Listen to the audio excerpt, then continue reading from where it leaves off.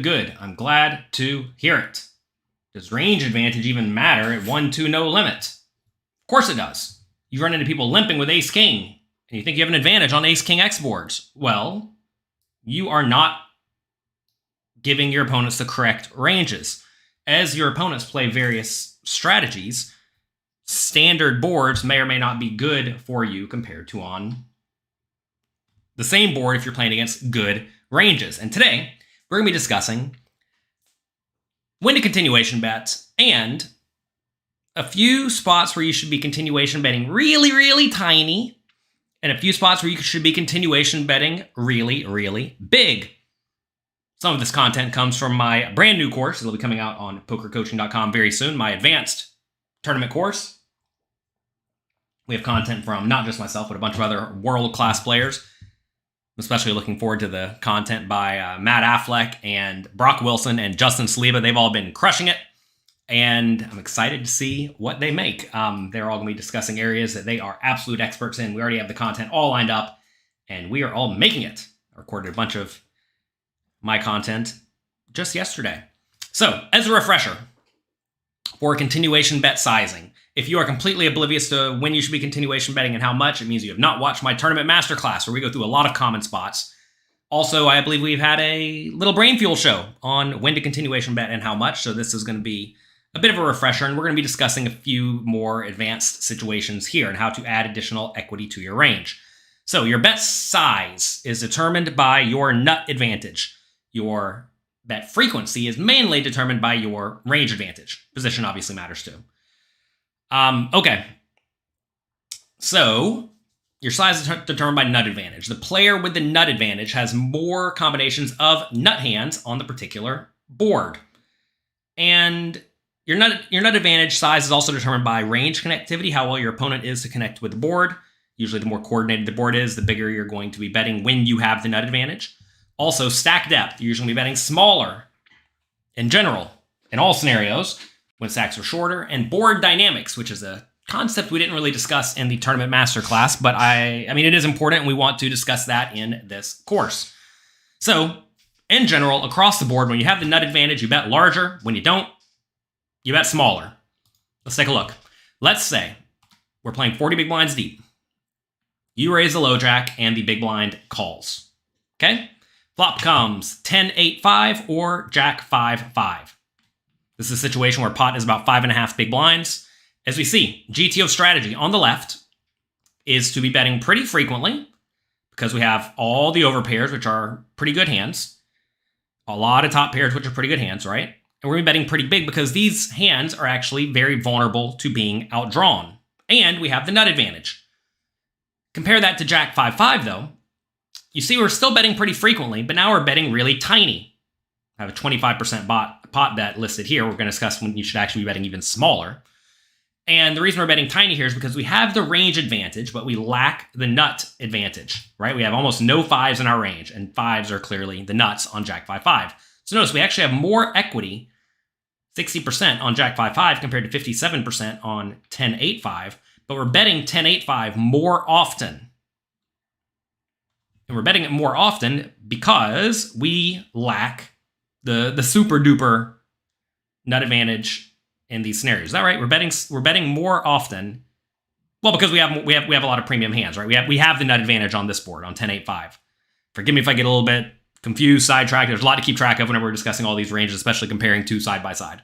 Let's take a look at how your equities line up. This is how your overall equity lines up. The way this works is the left-hand side is our equity with the particular hand of the percentile of our hand. So like this 100 is the absolute best hands we can have in our range. The absolute best hands we can have in our range on 10-8-5 have something like 90-ish% equity against our opponent's range. Okay? Whenever you see this pattern of the red line, which is the initial raiser, the in-position player in this example, whenever this red line is above the opponent's line across the board, that's usually going to result in frequent betting and bigger betting. Usually. There are some corner cases. Whenever you see this pattern, where the red line is above the green line for the most part, but the green line shoots above the red line towards the end, this is when the green line has a lot of trips, this is usually the scenario where you're going to be betting frequently and small. Okay? And if for whatever reason the green line here was closer to the red line in general, meaning, you know, these hands are not all that, these percentiles are not all that different in equity, then you'd be betting way less frequently. Okay? So on 10-8-5, we have a range advantage and to some extent the nut advantage, because like what are the nuts on 10-8-5? Well, like good 10s and better, right? We have a lot of good 10s, we have sets, we have two pairs, some of them, right? Whereas on Jack 5-5, we completely lack all the fives, and that's why you see this green line shoot up above the red line right at the end, and this is going to force you to bet small. So the graph on the bottom implies the out of position player has the nut advantage. Yes, the person who has, or the player who has more hands above the line that is above the other line towards the very top of the range here, that implies the nut advantage. That's you can look at this in Pio Solver and Munkert Solver, etc. Next, range connectivity. This is how strong your opponent's hands are on particular boards, like how logically strong they are. When your opponent's range connects well with the board, you usually want to bet big. When your opponent's range connects poorly with the board, you usually want to bet small. And as a note, this only matters when you have the range and nut advantage. We could discuss the other scenarios, but typically you're just betting way less often in the other scenarios. So notice we have a board of King 7-2 and King Queen 10, low jack versus big blind. On King 7-2, a tiny bet is our continuation bet, basically every time. We have range advantage, we have nut advantage, but the board is very uncoordinated. Your opponent just isn't going to have anything good here, right? And if they're not going to have if they're going to have hands that are just logically not good, usually you want to be betting tiny. On King Queen 10, though, we are using some tiny bets, but we're also using a lot of 60% pot bets. Pretty much no pot size bets, though. So this is a scenario where we'll be betting very big, or bigger at least, right? A lot of people think, oh, king high, I should do blank. But no. The way your opponent's range connects with the board matters a lot, because here they're going to have a lot of pairs, either king, queen, or 10. They're going to have a lot of aces for a gut shot. They're going to have a lot of jacks for open-ended. They're going to have a lot of nines for a gut shot. And all of these are at least okay logical hands. Stack depth is definitely matter because stack depth determines your stack off threshold, which is the point at which a particular hand becomes strong enough that you're happy to get all the money in immediately. As an obvious example of this, take pocket 10s on a board like 8-7-4. If you bet and your opponent shoves it all in, you're more than happy to call it off 20 big blinds deep. But 75 big blinds deep, not so much, right?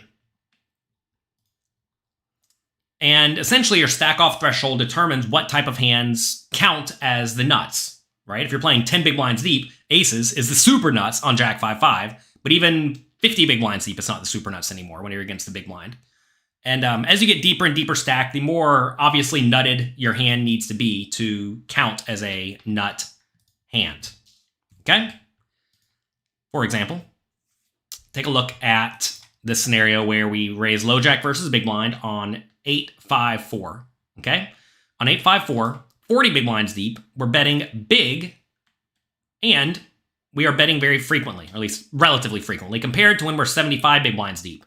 That's because 40 big blinds deep, we essentially have the nut advantage, because overpairs count as the nuts when you're playing 40 big blinds deep.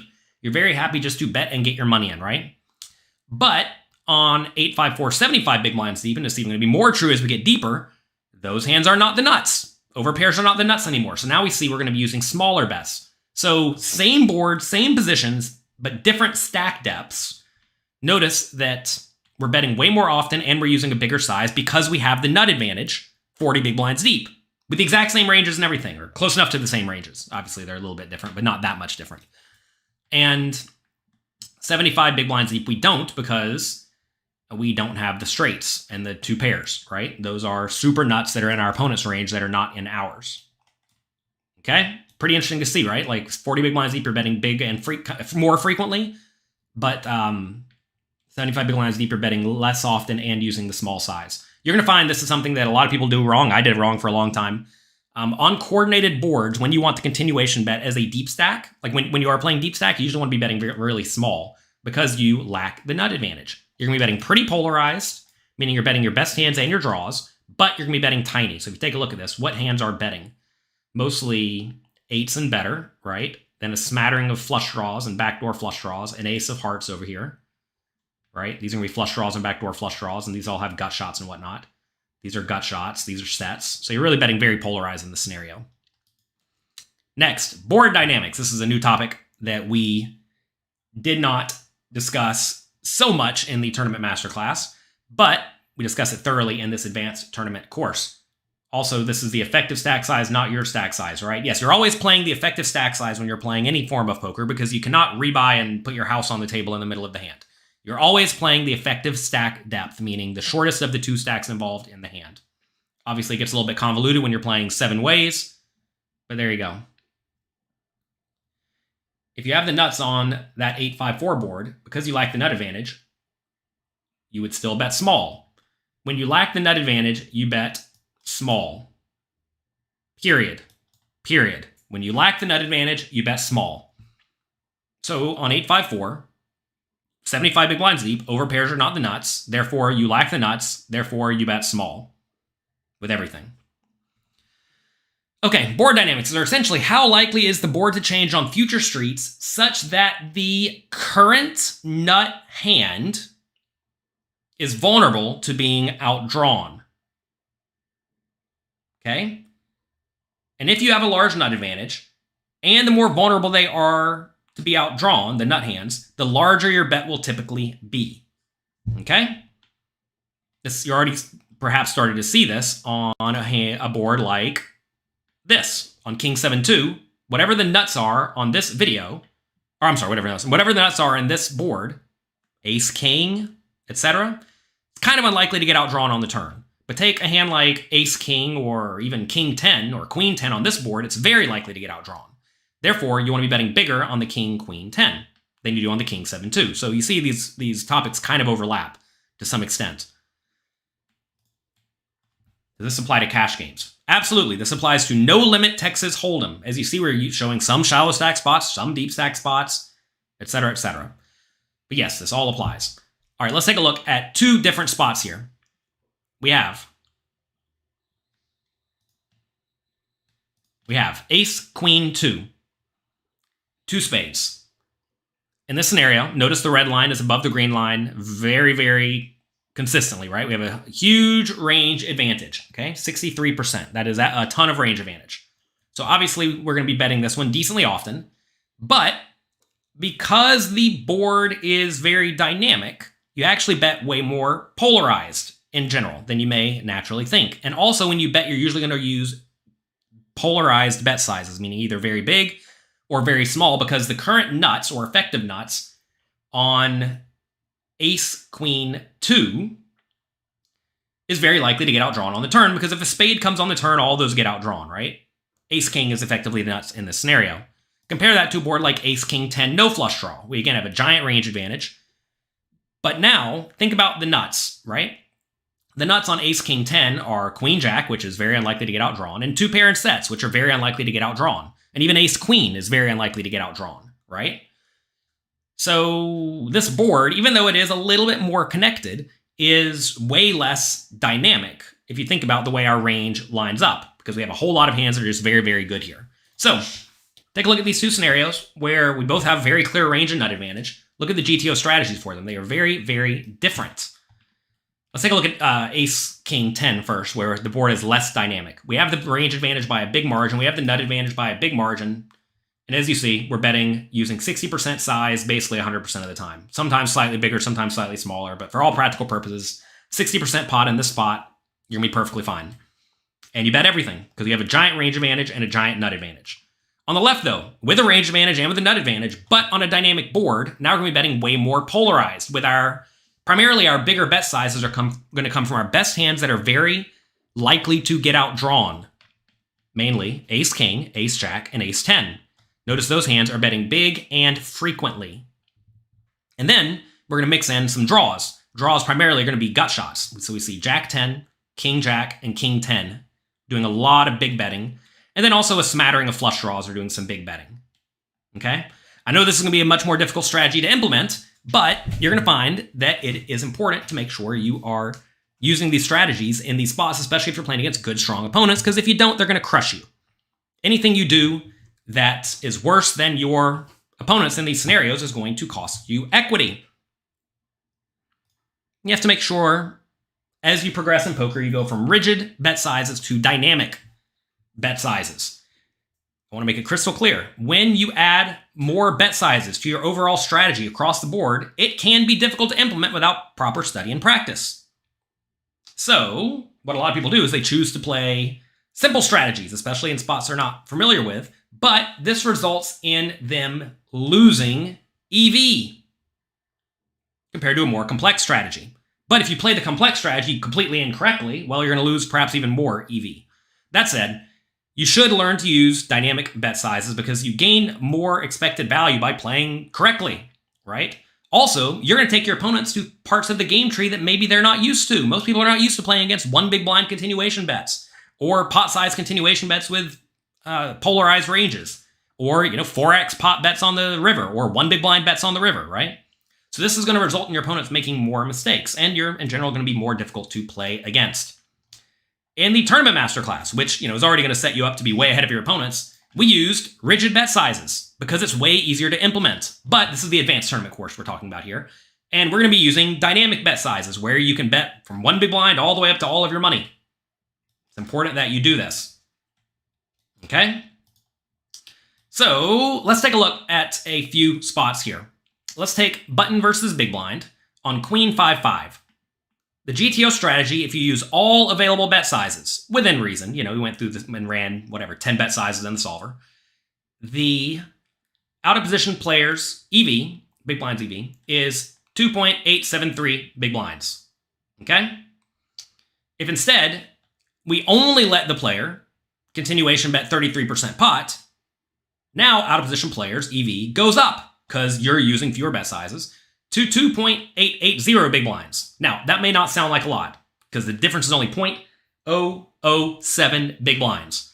But if you use all available bet sizes, which I can tell you on Queen 5-5 is going to be one big blind continuation betting very frequently, you gain 0.7 big blinds per 100 hands. Now, is 0.7 big blinds per 100 hands worth it to learn to simply bet minimum? Probably, right? By learning to bet minimum in this very common spot, you gain 0.7 big blinds per 100 hands. And to make it clear, a good win rate in a lot of games, a lot of tough games, is going to be something like 5 big blinds per 100 hands. So if you can increase your EV by 0.7 big blinds per 100 hands, you're giving yourself, a 20-25% raise just by using a 1 big blind bet size instead of a 2 big blind bet size. Sounds crazy, but it's true. You give yourself a 20% raise in this spot just by using a slightly better strategy of betting 1 big blind instead of 2 big blinds. Okay? Let's take a look at the cost of continuation betting 100% of the time, which you should actually not bet 100% of the time. You should bet almost 100% of the time. On Queen 5-5, your C-bet range, if you use a 1 big blind bet, gives the out-of-position player 2.932 big blinds per 100. If you use a 33% pot bet, which is about 2 big blinds, they have 3.105. So by making the same error of betting 100% of the time, but using the correct bet size, the bet size that is used the vast majority of the time, you actually gain 17 big blinds per 100 hands, which is nuts. So if you make the quote-unquote mistake, which may not be a mistake exploitatively against a lot of players, but if you make the same mistake of betting 100% of the time using a 1 big blind bet compared to a 2 big blind bet, you make substantially more money, or you lose substantially less money, okay? So it's very, very important to make sure you're using proper bet sizes, especially in common spots. And in the advanced tournament course that's coming out very soon on pokercoaching.com, we go through a bunch of them. I'm not going to go through all of them here because I want to also discuss big bet sizes. But you should be using very small bet sizes when you severely lack the nut advantage. Also, when the board is severely disconnected, and also when the stack depths are very shallow. These three things are usually going to lead to very, very, very, very, very, very small bets, like 1 big blind. What is your opponent supposed to do facing a 1 big blind bet? They're supposed to raise way more often than most people do. But yes, they don't get to fold a ton. Let's take a look at 2 spots, similar but different. And in this scenario, we are giving the GTO solver the option of betting 33% pot or bigger, okay? It's always going to default to the smallest size on these paired boards. Not always, but usually always. Usually always. All right, let's take a look at Queen 5-5 and compare it to Queen 5-5, okay? We're only allowing you to bet a third pot. which is 2 big blinds, it's not a lot of money. It's 1.7, whatever it is. So notice on queen, queen 5, you're going to bet 100% because you have a lot of queens. That kind of makes sense, right? On queen 5-5, though, you get to bet 60, my brain isn't working. 63%, 67%, 66%, 64%. Oh my God, 66%. You're checking 43. How about that? And that's because you lack the nut advantage here, right? Let's take a look, though, if we allow you to bet 1 big blind. If we allow you to bet 1 big blind, you're now betting almost every time on queen 5-5. So would you rather bet a third pot profitably 64%, 54%? Oh my God, did I find it? 54%? My brain is so broken. I'm so bad at math. 54%. Would you rather bet a third pot 54% or 90% pot 57%? Oh my God. Would you rather bet a 90% pot for 1 big blind profitably? You'd much rather use this strategy. This is just straight up a better strategy. Okay? Let's take a look at a few other spots where you are going to gain a lot of EV by betting 1 big blind. Here we have button versus big blind on 8-4-4. You see, again, you have some nuts here even in this scenario, but if you can only bet a third pot, you really don't get to bet all that often. On 3-3-2, if you can bet a third pot, you get to bet pretty frequently because the opponent doesn't actually have a ton of threes. Notice the big blind callers have a lot more fours than they are threes, right? Also, this board is going to give them a lot more straight draws and whatnot, and just like top pairs, whereas 3-3-2 does not. So they're way less likely to connect with this board. So on this board, we're going to be betting very frequently, but again, not every time. Checking 18%. If we can use the 1 big blind bet size, though, we get to bet a little bit more often, and we get to actually bet a lot more often on the 8-4-4 board. Notice we were betting or checking 66% of the time on 8-4-4. If we could bet 2 big blinds, where we're checking 45% or checking 55% if we can bet 1 big blind. Okay? So as we're betting 1 big blind, we get to bet way more frequently on these boards where, again, very clearly, we severely lack the nut advantage, and the board is generally disconnected, and shallow stack does not apply here, but that's the case. Let's also discuss as you change stack depths, okay? This goes back to what is the actual nuts. Let's take a look at 8-4-4 20 big blinds deep compared to 8-4-4 40 big blinds deep. On 8-4-4 40 big blinds deep, we are betting minimum 45% of the time. Over here, we're betting minimum 63% of the time. Did I get it right this time? 63% of the time. Yeah, 62%. It says it right there. I'm such a fish.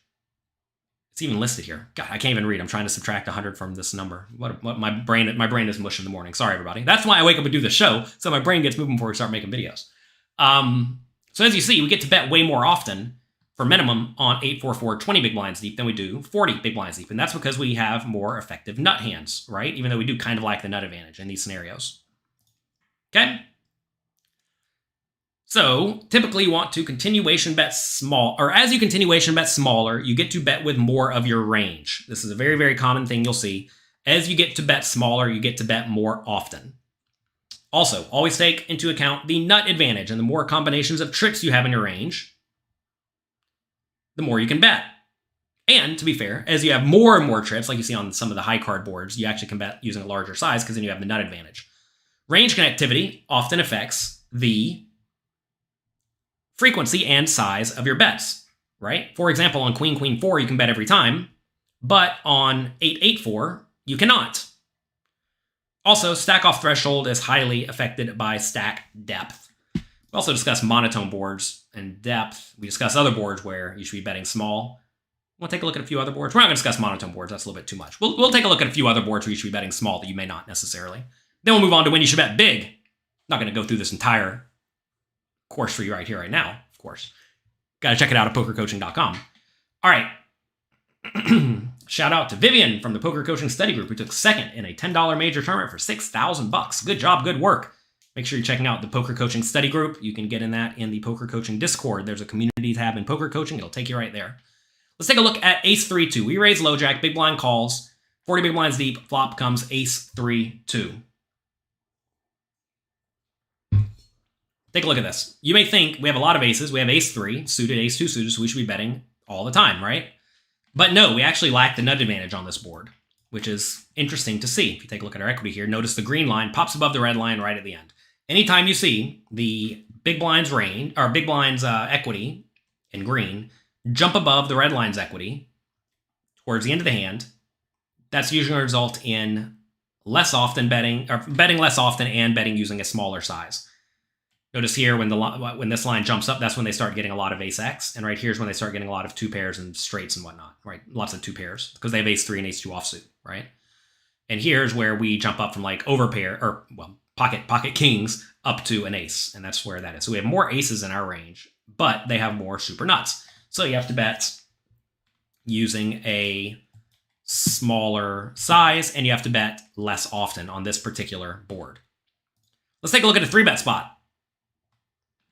Let's say button raises, we 3-bet the small blind, 50 big blinds deep, they call, flop comes ace 6-4. Now, using some logic, you should know we have the range advantage by a mile, but again, both players' ranges line up very nicely with the nuts, so we don't actually have much of a nut advantage. We have a range advantage, which is going to lead to small betting. We lack the nut advantage, though, which is going to result in us betting tiny. So yeah, we lack the nut advantage, or it's like roughly break even. And we have range advantage that usually results in frequent and small betting. Again, if this line was all the way above the red line, if the green line was above the red line throughout the entire chart, then we'd be betting using a bigger size. How much is a small bet? It says right here, 10% pot. I guess I should make that clear. In this scenario, button raises to 2. We 3-bet to 5.5 or 6 or 6.5, something like that. They call. Small bet is 10% pot. Okay, so if the pot is, let's say, 12 big blinds, 13 big blinds, we're betting 1.3 big blinds with the majority of our range. Seems like something a lot of people don't do, right? A lot of people do not bet 1.3 big blinds into the 13 big blind pot in these scenarios. They bet 5 big blinds. They bet pot, right? And that is a blunder. A blunder. You gotta get used to using these small bet sizes. And I can tell you, as you play in higher stakes games and as people just get better at poker across the board, this type of play is going to become standard. I know it feels very weird betting tiny, knowing you're going to get called a ton, but you got to realize you have the equity advantage. When you have the equity advantage with your entire range against your opponent's entire range for the most part, besides the tippy tip top, you usually just want to be putting a little bit of money in the pot. And then on the turn, you're going to be betting polarized. I discussed turn betting thoroughly in depth in this course as well. We're not going to get to that today, though. This is another pretty long course, like the Tournament Masterclass. My part is not 40 hours long like my Tournament Masterclass part is. I made that one entirely myself. Now I'm hiring people who are much better at poker than me, especially in various scenarios like ICM and whatnot, to make those sections. But so it's a long in-depth course. We go through pre-flop, or flop, turn, and river for various bet size adjustments. So anyway, 10% pot is the GTO bet size. Okay? Take a look at a few other spots where you should be betting tiny. This is a scenario where we have a wide range. Wide range against wide range, where we raise button and the big blind calls, is going to result in neither player having much of a nut advantage, but we're still going to have a range advantage because your opponent's range contains just a bunch of this low junk stuff that has almost no equity. So King Jack 2, we have the range advantage, but we lack the nut advantage, so we're going to be betting frequently and small. When you have the range advantage but lack the nut advantage, you bet frequently and small. And again, small is 1 big blind. Over here, same story. Queen 10-3. Even with the flush draw, we're betting frequently and small. Notice, though, we may have a few slightly bigger bets. Yeah, a few. We have a few slightly bigger bets on this board because the board is a little bit more dynamic. So there you go. Let's take a look at under the gun versus big blind, 20 big blinds deep. Remember, 20 big blind deep is usually going to lead to smaller bet sizes in general. Now we have a very strong range, but the board is very unconnected, right? The board is very, very, very unconnected. So when we're shallow and the board is very unconnected, we're usually going to be going for a very small size of 1 big blind. Okay? You're excited for the tournament course? We're going to have a cash game course in the future. An advanced cash game course in the future. Why, yes, we will. It takes time to make these courses, believe it or not. It takes a lot of hours of my time and a bunch of other people's time to make these happen. So, we're doing tournaments. Right now, we will do cash games in the future. Cash game simulations take longer to run because they're deeper stacked. Okay. By the way, clearly all these simulations took us forever to run. All right, let's take a look at Queen 3-2. I want to take a look at this one in particular because it's not that we're betting frequently that's important, it's the size. King 4-2, no flush draw, is way less connected than Queen 3-2 with a flush draw. So notice on Queen 3-2 with a flush draw, we're actually betting bigger sometimes. 25% pot. We get to bet 1.7 big blinds or 1 big blind. But still, notice small bets. We're not doing much big bets, right? So realize that Queen 3-2 is slightly more connected than King 4-2. Also, we have more kings in our range than we do queens. And also, there's a flush draw available. And all of that's going to result in us using a slightly bigger size on Queen 3-2 than King 4-2, but not much of a bigger size. You all want to discuss when to bet large, or should I just pack it up? I got to record more of this video for the advanced tournament course for poker coaching. We'll discuss when to bet large just a little bit. Just a little bit, not too much. So again, size is determined by nut advantage, range, connectivity, stack depth, and board dynamics. You want to be betting very large when we have a gigantic nut advantage and when the board is very dynamic, meaning it's whatever the nuts are right now are very likely to change. Discuss facing a c-bet when to raise when we c-bet small. Well, we already discussed this a bit in the tournament masterclass, and we also discuss raise sizes and whatnot in this course as well. All right, ace high boards in position as the pre-flop raiser. Very common spot. So let's take a look at low jack versus big blind, 40 big blinds deep on ace 3-2 compared to ace queen 2. Okay. So on ace 3-2, we have a total lack of nut advantage, right? We lack the nut advantage on ace 3-2 because we lack straights and 2 pairs, right? So this stack depth, even good top pairs don't really love just blasting all the money in immediately. It should mean greater than 60%. Oh, is this backwards? Ah, you caught me. You caught me. Good edit. Good edit. Okay.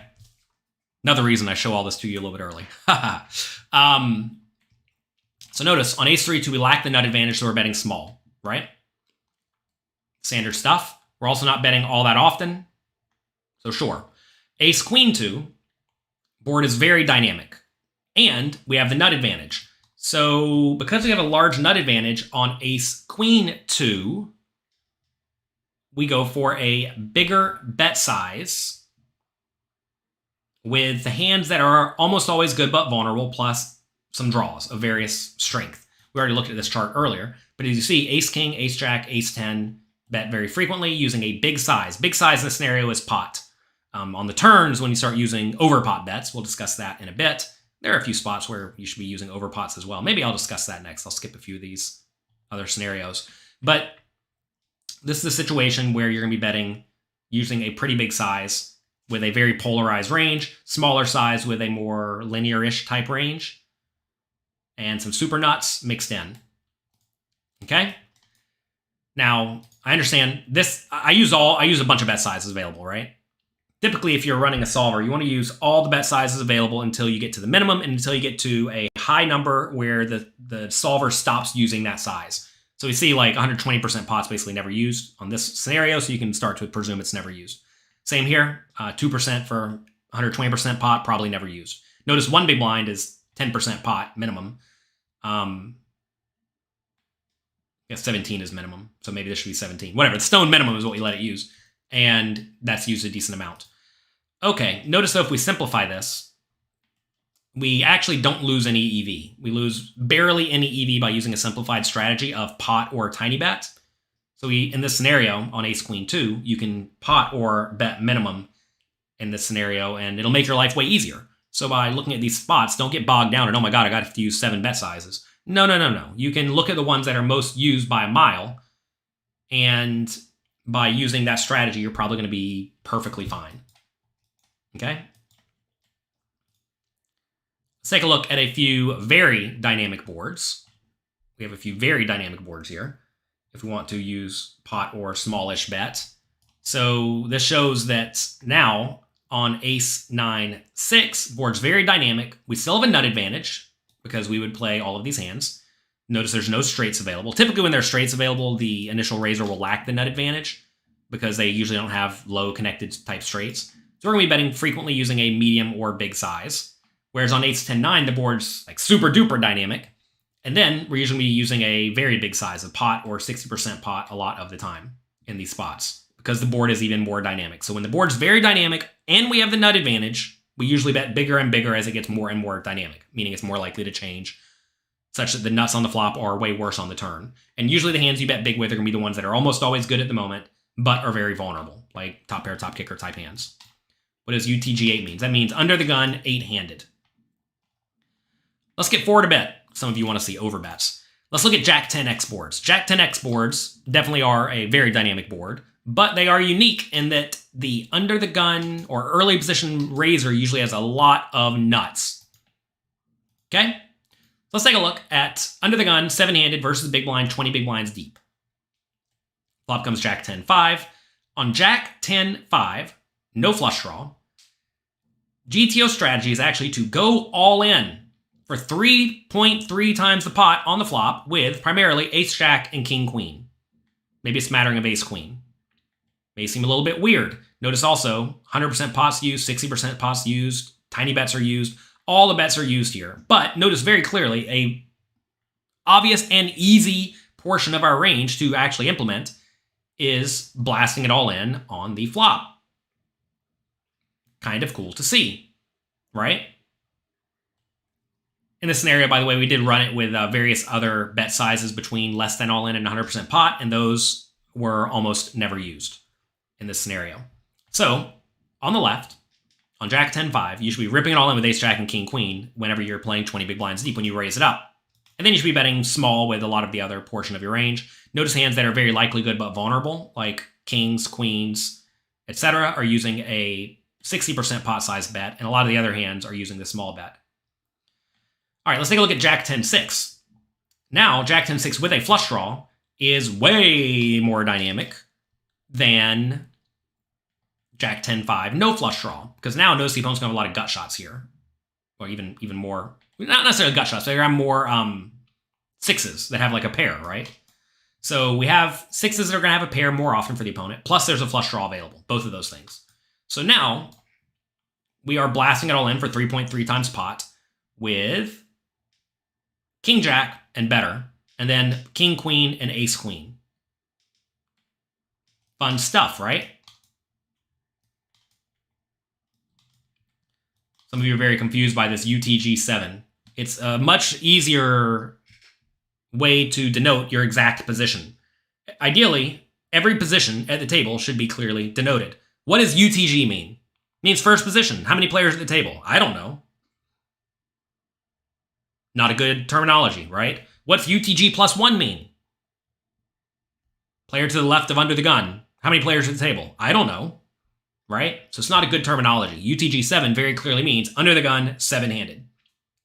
UTG-12 would mean under the gun, 12-handed, right? So it's just a better term. I mean, we have button cutoff, hijack, lowjack, right? Back in the day, they used to call hijack and lowjack, and maybe some of the under the gun spots middle position, MP. But notice, lowjack is very different than cutoff, right? Cutoff and button were both late position. But it turns out, not being specific does not help you. All right, let's take a look at two different scenarios. Jack 10-6, two spades. Now, when our range is not nearly as strong, because we're raising with a wider range, now we bet all in, none. Okay? So notice, in this scenario, because our range is wider, essentially because we don't have quite as strong of a nut advantage, and proportionally we have fewer hands that are almost always good, but vulnerable, we are not going to be ripping it all in at all, right? Whereas over here, 20 big blinds deep, our range is much stronger, and that's going to allow us to blast it all in. So essentially, we just have a bigger range advantage and a proportionally bigger nut advantage, right? Under the gun 7 strategy will be very similar to under the gun +1 8-handed. Well, under the gun +1 8-handed is under the gun 7. Close enough. Close enough. I realize there may be some tiny card removal effects, but Not really. Not much. Whenever you're second act. So there you go. Ace Jack suited is all in on the first board. Okay, so Zwarmsy, whenever you're looking at this and you see any action that is used, basically never. We see Ace Jack suited and Ace Jack offsuit, and Ace Queen apparently. Go all in, basically never. Like 2% of the time or 5% of the time, whatever it is. You should ignore them. Remember, we're not trying to play the perfect GTO strategy. We're trying to play very close to the GTO strategy that will not cost us any equity.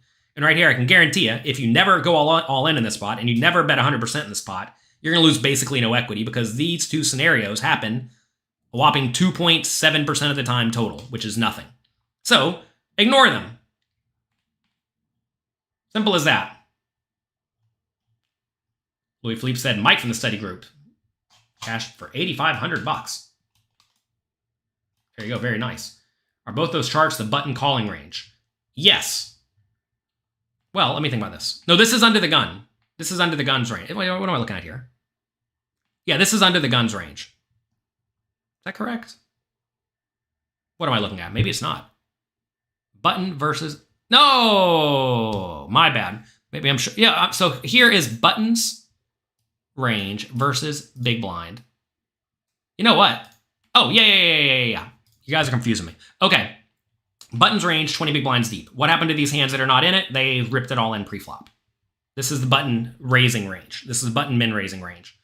4s, 3s, 2s, these small pairs, these here, these all open shove pre-flop. Okay? There are no open shoves from under the gun, which is why this range looks more normal. Under the gun does not open shove 20 big blinds deep. Under the gun from the button, button 20 big blinds deep, open shoves. Like I said, I may misspeak sometimes here. But that's why this range looks a little bit funny. Because you may think, why are we not playing ace 4 suited? Why are we not playing jack 10 suited? You are playing them, but you would have shoved them pre-flop. Okay? Okay, let's take a look at out of position as the 3-better, 50 big blinds deep. Button raises, we 3-bet the small blind, button calls. Flop comes, jack 10, 7. About as dynamic as a board as you can get. Given there's a flush draw and gut shots available. The opponent's not going to have very many 9-8s in this spot because they don't have 9-8 offsuit, right? So typically when the straight is available, but typically when the straight is available, you have to be a little bit more cautious, but not here because the opponent doesn't actually have 9-8 offsuit, right? This would be different if you were somehow against the big blind or something like that. So anyway, this is the range we're 3-betting in the small blind. Notice we are ripping it in for 2.3x pot with a similar range, right? Because the board is very, very, very, very, very dynamic. And we're actually getting to shove hands even like kings and queens here. And notice the other hands that are shoving are, for the most part, a smattering of gut shots with ace, king, ace, queen, and king, queen for open-ended. Kind of interesting to see like queen 10 offsuit shoving. I'd probably not expect that. King 10 offsuit, probably wouldn't expect that. Ace 8 for a really, really junk hand going for it. So that's fun. But then a lot of checking. You're going to find that as you're doing more jamming, you typically do more checking because you're just betting incredibly, incredibly polarized. And notice your checking range is well protected because it does still contain jacks and 10s and some jack 10 and a bunch of 10s, right? All these hands are pretty good, especially when we're playing this shallow stacked. Take a look at a way less dynamic board, though, with no flush draw and no straight draw available. Well, fewer gut shots available. Now we are betting small the majority of the time. 25% pot, 83% of the time. So as you can very clearly see, as the board gets more and more dynamic, you are betting bigger in these scenarios and usually way more polarized. Okay? Nick cashed in a $50 tournament for $25K. Goodness gracious, what's next? Who won the million this week? Louis Philippe, let's go ahead and tell us who won the million. Glad to hear you all are crushing it. Should we be randomizing with a 25% shove on the with the queen 10 here? I gotta presume the queen 10 that's shoving probably has a spade, I guess. I gotta presume. It's probably what these are doing, are queen 10 with a queen of spades, if I had to guess. Are we supposed to be shoving ace 4 from the button every time for 20 big blinds? Ace 4 suited. Well, apparently, you're sure not folding it. You can look at this chart and tell that like king 3 suited is raising. You're definitely shoving king 4 suited. or sorry, ace-4 suited, right? You can look at the charts at pokercoaching.com. We have GTO preflop charts. Pull that up, do what that says. You'll be perfectly fine. And just from looking at this, I can tell you all these hands that are obviously playable that are not in our range are open shoved. Okay? Let's take a look at one more spot on Jack 10x. Wonder why that's interesting. Normally you click ignore, but I guess it forgot to ignore. All right. Okay, out of position is the preflop raiser, low jack versus button. So you should know out of position, you're going to be doing a ton of checking in general, right? If you studied the tournament masterclass, you know that from out of position, you must do a lot of checking. But let's take a look at these two spots. Again, board's just a little bit more dynamic on Jack 10-6 compared to Jack 10-2. Okay, on Jack 10-6, we're going to be betting more often because the board is more dynamic. Again, as the board is just a little bit more dynamic, we're going to be betting more often using larger sizes. You can see this very clearly here. We're betting 150% pot with a decent chunk of our range. Aces, kings, queens that are almost always good but vulnerable. Ace, jack sometimes. Some king, queen, some ace, king, some ace, queens. And then a smattering of nonsense. We have the king 5 suited here. I got to presume with some backdoor flush draws. Ace 3 suited backdoor flush draws. You're going to find that out of position, quite often your bluffs come from hands that can make better hands fold. Like king 5 can make king 8 suited fold, right? Ace 3 suited can make ace 7 suited fold. So it's kind of fun to see. Whereas on the way less dynamic board, we are betting using a smaller size. So we're betting basically the same frequency, but we're betting medium size on a less dynamic board. And on the dynamic board, we're betting more polarized, using polarized sizes, right? So either a giant size or a tiny size on the more dynamic board, and on the less dynamic board, we're using just like 60-ish% pot or 25-ish% pot a lot of the time. Okay? Can we discuss how to adjust your continuation bet sizing when you're multi-way? I'll give you a tip. As you're multi-way, you continuation bet way less often, and you continuation bet using smaller sizes in general. And that's because, in general, you will lack the nut advantage and you will lack the range advantage as you're against more and more players. The ranges are all start to line up on top of each other to some extent. So you're going to be betting way less often and you're going to be betting using smaller sizes. I don't have any slides prepared for this right now. We're out of time anyway. But you're going to be using a much smaller size in general and you're going to be betting way less often. What's a dynamic board? You must be late, Nikki. We discussed this already. What is a dynamic board? A dynamic board is a board that is likely to change on the next betting round such that the current nuts is decently likely to get way worse. Okay? Why not use small pairs as bluffs instead of ace-x? In that scenario, the ace-x can get better ace-x to fold. When you bet with a pair and your opponent folds ace-x, that's fine and good, but you're not getting worse hands to fold. Also, when you bet with ace-x and your opponent folds out their slightly better ace-x, when you spike an ace, you're likely to be good. Right? Huge shout out to Louis Philippe, who's the driving force behind the poker coaching study groups. Yeah, he's helping a bunch of poker coaching members win a bunch of money by getting in there and working hard and studying all the time. Good job, good work. Remember, everyone, going back to the refresher right at the beginning. The size you bet is determined by nut advantage, range connectivity, stack depth, and board dynamics. And nut advantage is very, very, very, very important in terms of your bet size. And multi-way, you are very, very, very unlikely to have the nut advantage because everybody has a bunch of nut hands in their range on most boards. There will be some corner cases, but you're rarely going to have the nut advantage. And if you don't have the nut advantage, these other concepts matter way less often. This is the prerequisite to some extent. If you have a big nut advantage, you bet big. You have no nut advantage, you bet small when you're going to bet. Frequency, how often you bet, is usually determined by your equity. Again, all these things kind of work together, but your equity against your opponent's range is going to determine your frequency. And 3, 4, 5 ways, very rarely are you going to have a range advantage. You're just not, because your opponents, again, they have all sorts of stuff, right? You got to remember, you're taking your hand against multiple players' hands, so you're never going to have really the range advantage. I mean, you want one more chart. We already showed you this chart, but essentially, whenever you're looking at any chart and the opponent's range jumps up above yours or lines up really well with yours at the top of the chart, the highest percentage hands that you could possibly have, the best hands you could have, if the opponent's line, in this scenario, the green line, jumps above your line, the red line, that's going to result in small betting because you lack the nut advantage. And when you see this type of chart where the red line stays above the green line the whole time, that's going to result in big betting. So as we see, in both these scenarios, we have roughly the same equity, even though you actually have more equity on the board where you're betting tiny.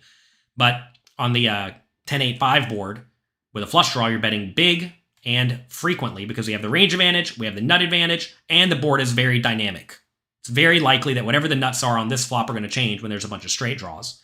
Whereas on Jack 5-5, no flush draw, whatever the nuts is, a 5, is very likely to stay the nuts, and that's going to result in tiny betting. Okay? That is a small sampling of the advanced tournament course we have coming out very soon. We discuss things like adjusting your raise size when you are facing a bet. We're going to be discussing turn continuation betting, when you should be betting big and when you should be betting small. Turn leading. Turn leading is very, very important. We'll show things like how if you use GTO sizes of lead minimum or lead very tiny.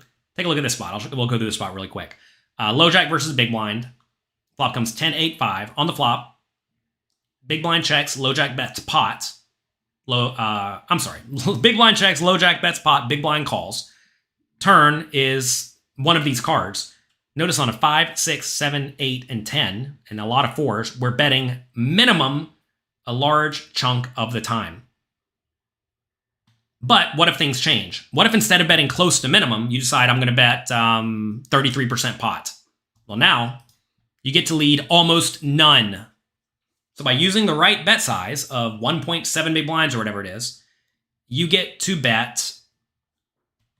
lead in this scenario about 40% of the time across all boards. But notice on the 10, the 8, the 7, the 6, the 4, 5, and the 4, you get to bet close to every time, right? Especially on the 5, 6, 7, 8, and 10. You get to bet almost every time on those cards. But if you bet a third pot, you can almost never lead. That's important. That is a big mistake. Also,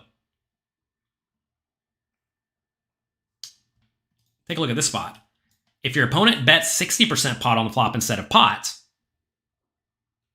if your opponent bets 60% pot on the flop instead of pot, you actually get to lead less often on these cards. Kind of neat. And that's because our range when we check call the flop bet is going to be wider when we check call a 60% pot bet compared to a pot size bet, which results in us not having as big of an equity advantage. Isn't leading always bad? Well, clearly not. I mean, I don't go through the slide here, but we might as well. Turn leading occurs when the out-of-position player gains the range or nut advantage from a high EV turn. Kind of like on the flop, you want to be betting when you have a range advantage. You want to bet when you have a range advantage. So common spots where the out-of-position player should lead, especially when playing 40 big blinds deep or shallower, are low straight cards on the turn, either 4 or 3 straight, depending on what the other card is. Low and middle paired turns, assuming you actually have those cards in your range. For example, you're not going to lead on a 9-7-2 in the 2 pairs all that often because you don't have very many 2s. But if like the 7 pairs, you're going to be leading a ton. And also high monotone boards where there are 4 of the same suit available with 2 or more high cards, ideally with an ace. Because then you have a lot of low flushes and your opponent does not. Right? Again, nut advantage, board dynamics, stack off threshold, board connectivity, board dynamics. This should be dynamics. All should be taken into account. Okay? But I mean, yeah, going back to this spot, why are we leading on these turns? Because our equity is through the roof. Look, here's our equity on these turns. Notice, I said you want to be leading the 4, the 5, the 6, the 7, the 8, and the 10 in this spot. Why not 9? Because your opponents actually have a lot of straights on the 9, so you don't have the nut advantage there quite as much. So, notice in this scenario, we are betting very frequently when our equity is high. And when our equity is low, we don't bet at all. Like, look at the ace and the king, right? You basically never bet the ace and the king and the queen and the jack because we lack the nut advantage and the range advantage on all these cards. But on these cards, we're betting very frequently. You're confused. What hand do you have? We're discussing playing our entire range. You got to understand our hand is irrelevant. We discuss how to play particular hands in the future. I mean, take a look at this spot. Here's how you play your hands, right? Big blind versus low jack, In this scenario, low jack raises, we call big blind, flop comes 10-8-5, we check, they pot it, we call. On the turn, 6 of diamonds, that is a very high equity turn. We're betting minimum with everything. Why? Because our equity goes through the roof. We have 58% equity. And we have the nut advantage. You're going to have the nut advantage on the 6 more often than the 7, because on the 6, there are more straights for us, fewer straights for the opponent, right? Also, we're going to have random 2 pairs. The opponent's not going to random 2 pair like 10-7 suited or whatever if they have it.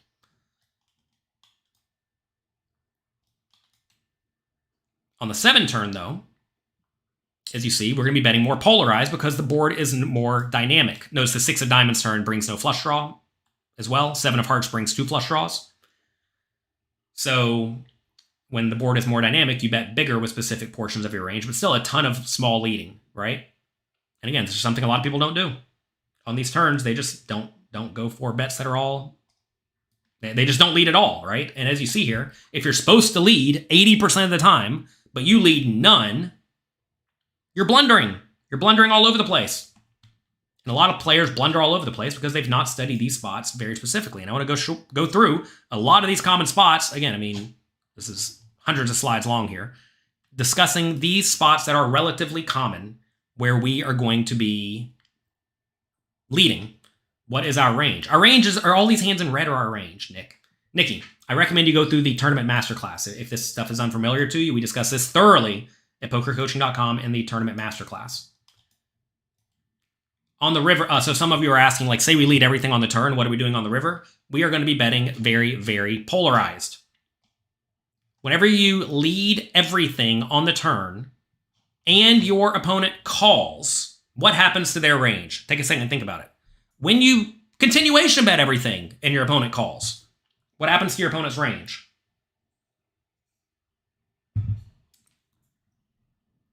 Well, they fold all of their garbage, but you still have all of your garbage. So if they fold all their garbage, but you have all of your garbage, you in turn now don't get to bet very frequently.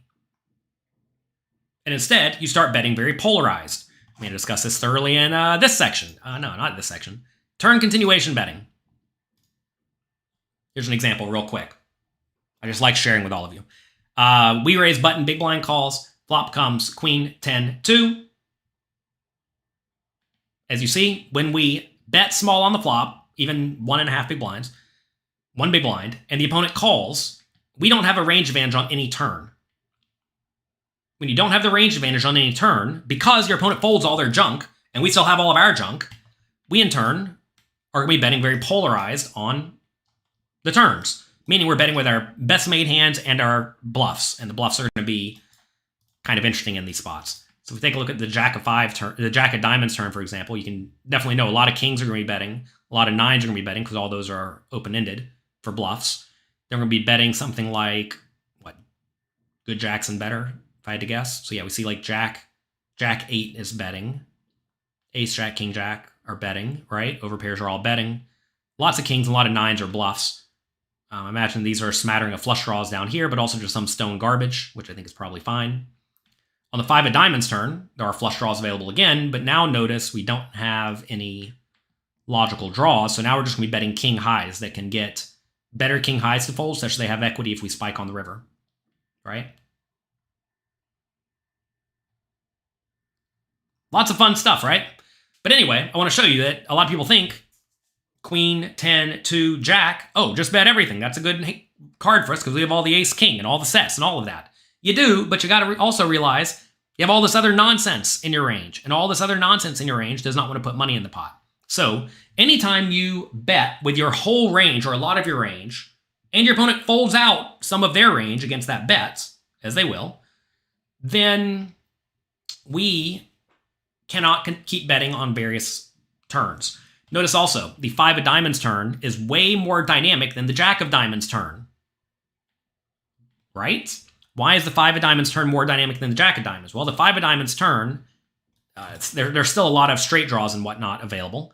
And on the Jack of diamonds turn, the current nuts are likely to be the nuts on the river. 2 pairs and straights and sets, right? Here, in this spot, two pairs and straights are relatively likely to get outdrawn, at least more likely to get outdrawn, right? And we don't have straights, right? So the two pair and the top pair is very likely to get outdrawn, which is why you see a 150% pot bet being used and 100% pot bet being used and no small bets being used, right? Take a look at this. In this scenario, on this board that is very dynamic, we end up blasting it. And you're going to find that in general, when there's a straight available, you typically use smaller bet sizes than when there is not a straight available. When there's not a straight available, but there are straight draws, as there usually will be, you usually use bigger sizes because straight cards can come and ruin top pair and two pairs day. Whereas once the straight is available and we have lots of straights in our range, that's usually going to result in us using smaller sizes. Okay? Does all this apply to cash games? Yes. Yes. We're talking no limit hold'em. Usually have to bet more polarized as you get deeper and deeper. Now, obviously, if your opponents make blunders left and right, you should adjust whatever they do wrong. This course is showing the GTO strategy, though, because if you don't know where to start, you're not going to know where to go. You're not going to know where to adjust to. And whenever your adjustments fail, as they sometimes will, you need to know to revert back to roughly a GTO strategy. And if you're oblivious to what that is, you're going to be punting all over the place. And I can already tell from a lot of your comments today that a lot of you are punting all over the place because you're saying, I thought you should never lead, or I thought you should always bet pot on the flop, or I thought you should never bet the minimum. But I went through and I showed you a bunch of clear examples where you should be doing it. And if you're not doing it, you're making mistakes. And if you make mistakes over and over, you're costing yourself EV. I mean, going back to this slide way at the beginning of this discussion, like right here, if you only bet a third pot on the queen 5-5 board, if you only bet a third pot on queen 5-5, you're costing yourself 0.7 big blinds per 100, which matters. Matters a lot. It's 20% of a real win rate. You're just giving it away because you're using a 2 big blind bet size instead of a 1 big blind bet size. Doesn't seem like much, but it matters. It adds up. Also, even if you make the mistake of continuation betting 100%, if you bet 1 big blind instead of 2 when you make that error, you end up saving yourself 17 big blinds per 100 hands, which is an astronomical amount of money. An astronomical amount. Yeah, this is a mistake people make all the time. I mean, and when I say people, I mean myself included back in the day before I studied, right? Before you study, before you find these corner cases, or before you run the GTO solver with a 1 big blind bet size, which a lot of people never even considered, you learn and you improve, and that's what we are trying to do. And if you can find these spots where you can improve your equity a ton just by playing a little bit better, especially if it's easy by just like using minimum bets on paired boards. It's not that hard, but you got to know to do it. If you do that, you're going to end up saving yourself a ton of money or making a ton of money, and that's what we're going for. So anyway, this was a small sampling of the advanced tournament course. It'll be out later this year, not like tomorrow or anything, but later this year, probably around November if I had to guess. There's a lot of work to do after even just making the content. Getting the slides done are step one, and we are just now getting those in good shape. So that's going to be it for today. Hope you enjoyed this show. If you did, tell your friends. Also, check out pokercoaching.com/cbetquiz. Go test yourself. Go see if you can find when to continuation bet in the right spots. I want to make sure you are all learning and improving and studying and making the most of your opportunities. I hope you have a great week. Have fun. When's my next show? I will not be here next week. Why am I not here next week? Let me look at my calendar. Is that accurate? I will not be here next week because my kids' schools is closed and I have to go do stuff with them. And I'll be back the next week. October 3rd, we'll be discussing bluffing like a professional. Good luck. Have fun. Make the most of your spots. And I will talk to all of you next time. Bye-bye.